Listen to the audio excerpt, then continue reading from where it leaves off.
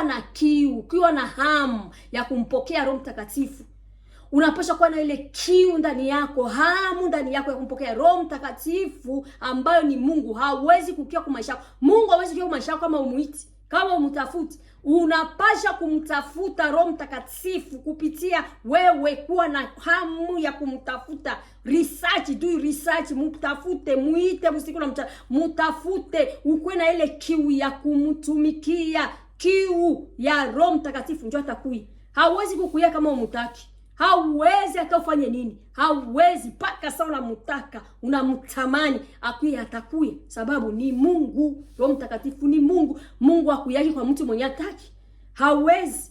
Hawezi kukuya. Uko na choice ya kupenda kuishi mudunia, uko na choice ya kupenda kuokoka, uko na choice, ni wewe, is your choice.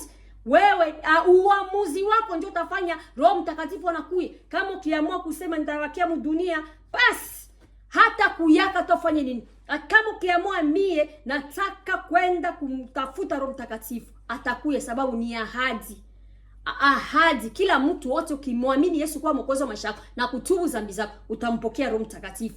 Basi katika maandiko ya nini ya Yohana sura ya 7 mstari wa 17 mpaka 18, natuambia seme, hata siku ya mwisho, siku ile kubwa ya sikukuu, Yesu akasimama akapaza sauti yake akisema, mtu akiona kiu na aje kwangu anywe. Aniamini mimi, kama vile maandiko yalivyonena, mito ya maji yaliyo hai itatoka ndani yake. Na neno hili alilisema katika habari ya Roho ambaye, kwa maana Roho alikuwa hajaja kwa sababu Yesu alikuwa hajatukuzwa.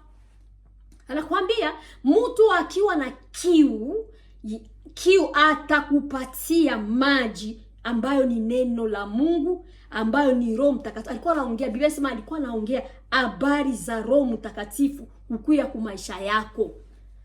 Njoo hivyo, kuwa na kiu, mtafute Mungu kwa bidii, upende ujazwe. Roho Mtakatifu atakuya